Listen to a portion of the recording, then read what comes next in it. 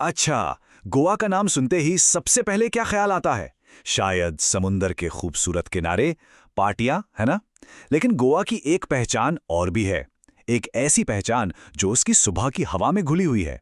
एक आवाज, एक खुशबू और एक ऐसी परंपरा जो आज भी, इतने सालों बाद भी जिंदा है।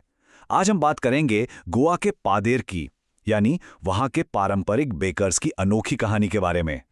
ये शब्द हैं लेखक लूसियो रॉड्रिग्स के, और ये शब्द हमें सीधे गोवा के किसी गांव की एक प्यारी सी सुबह में ले जाते हैं।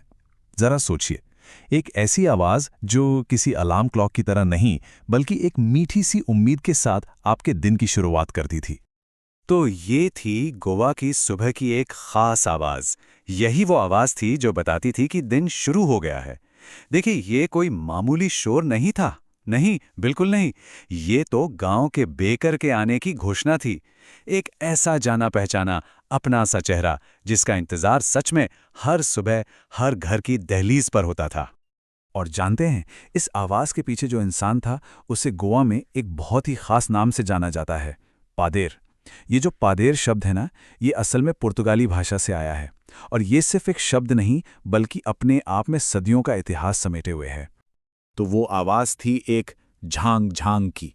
ये एक तरह से उनकी सिग्नेचर ट्यून थी। आप बस सीन इमेजिन कीजिए, एक हाथ में ब्रेड से भरी टोकरी और दूसरे हाथ में एक बांस की छड़ी जो जमीन पर एक खास लय में बज रही है। बस यही वो संगीत था जो पूरे गांव को बताता था कि ताज़ा गर्मा गर्म ब्रेड आ गई है। अब देखिए, घर के बड़ों के लिए तो ये रोज का पाव होता था, लेकिन बच्चों के लिए, अरे बच्चों के लिए तो पादेर का आना किसी जादूगर के आने से कम नहीं था। वो पाव के लिए नहीं भागते थे, नहीं, वो तो भागते थे उन खास मीठी ब्रेड बैंगल्स के लिए जो कंगन जैसी दिखती थी और सिर्फ उनके लिए ही बनाई जाती थी। बस इसी के लिए दरवाजे की तरफ दौड़ लगा देते थे। चलिए, अब जरा इसके इतिहास को समझते हैं। ये पुर्तगाली कनेक्शन क्या है? ये परंपरा जो एक साम्राज्य से भी ज्यादा टिक गए। तो सवाल ये उठता है कि गोवा में ब्रेड बनाने की ये कला, ये परंपरा आई कहाँ से? इसका सीधा सीधा रिश्ता है गोवा के इतिहास से। ये पुर्तगालियों की देन है, एक ऐसी विरासत जो उनके जाने के बाद भी गोवा की संस्कृति में पूरी तरह से रच बस गई है। जरा इस बात पे गौर कीजिए, पुर्तगाली शासक चले गए, उनका राज खत्म हो गया, लेकिन गोवा के बेकर्स वो आज भी वही हैं। देखिए, साम्राज्य आते हैं और चले जाते हैं, शासक बदलते रहते हैं, लेकिन जो चीज हमेशा रह जाती है वो है संस्कृति, परंपरा और उसे जिंदा रखने वाले लोग। और पादेर इसी बात का एक जीता जागता सबूत है। तो ये सफर कब शुरू हुआ? 16वीं सदी में पुर्तगालियों ने गोवा में ब्रेड बेकिंग की शुरुआत की। फिर 20वीं सदी के बीच में उनका शासन खत्म हो गया। और आज भी पादेर और उनकी भट्टियों की परंपरा वैसी ही जारी है। तो ये सिर्फ एक टाइमलाइन नहीं है, ये एक संस्कृति की ताकत की कहानी है कि कैसे इतने बदलावों के बाद भी पादेर की भट्टी की वो आग कभी बुझी नहीं। अब बात करते हैं कि ये ब्रेड गोवा की जिंदगी में इतनी खास क्यों थी। देखिए, ये ब्रेड सिर्फ नाश्ते की प्लेट तक सीमित नहीं थी। नहीं, ये तो गोवा के हर सुख दुख, हर जश्न और हर त्योहार का एक बहुत जरूरी हिस्सा थी। मतलब इसके बिना कोई भी फंक्शन अधूरा ही माना जाता था।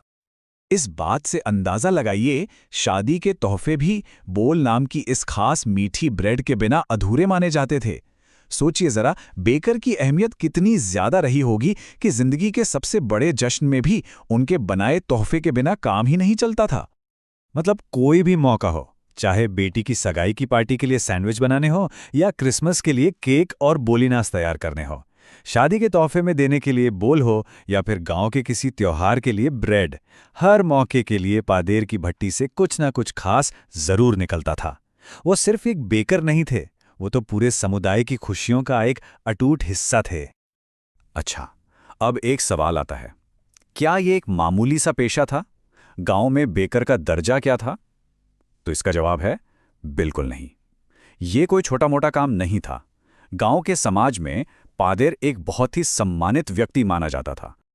उनकी एक खास पहचान और थी, उनकी पारंपरिक पोशाक, जिसे कबाई कहते थे। ये एक सिंगल पीस लंबा सा फ्रॉक होता था, और ये सिर्फ एक कपड़ा नहीं था, ये उनके पेशे के सम्मान का एक प्रतीक था, जिसे पहनकर वो हर सुबह गांव की गलियों में शान से निकलते थे। और हाँ, इस पेशे ने उन्हें सिर्फ इज्जत ही नहीं, बल्कि एक अच्छी खासी जिंदगी भी दी। बेकर और उनका परिवार कभी भूखा नहीं सोता था। बल्कि उनका जो हट्टा कट्टा शरीर होता था ना, उसे उस जमाने में अमीरी और खुशहाली की निशानी माना जाता था। तो आर्थिक रूप से भी वो काफी स्थिर थे, और इन सबसे बढ़कर वो गांव के लिए एक दोस्त, एक साथी और एक गाइड की तरह थे। तो चलिए अब इस कहानी के आखिरी हिस्से पर आते हैं। ये एक स्थायी विरासत है। सवाल यह है कि गोवा में बेकर की ये आग आज भी क्यों जल रही है। मतलब आज की इस भागती दौड़ती दुनिया में आखिर ऐसा क्या है कि पादेर की भट्टी की आग आज तक नहीं बुझी। ये परंपरा इतनी मजबूत कैसे रही? इस एक लाइन में इस पूरी कहानी का सार छिपा है। पाव खाने वाले भले ही चले गए हों, लेकिन बनाने वाले आज भी मौजूद हैं।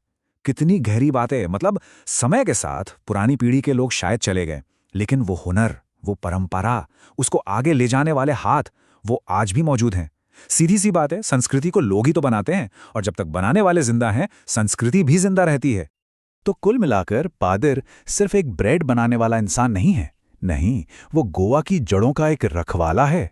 वो उस समुदाय, उस इतिहास और उस शानदार संस्कृति का एक जीता जागता प्रतीक है जो पीढ़ियों से चली आ रही है और आज भी गोवा की असली पहचान है।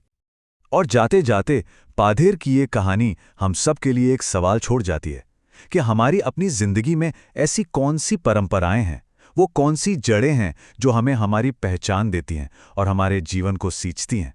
इस पर जरूर सोचिएगा।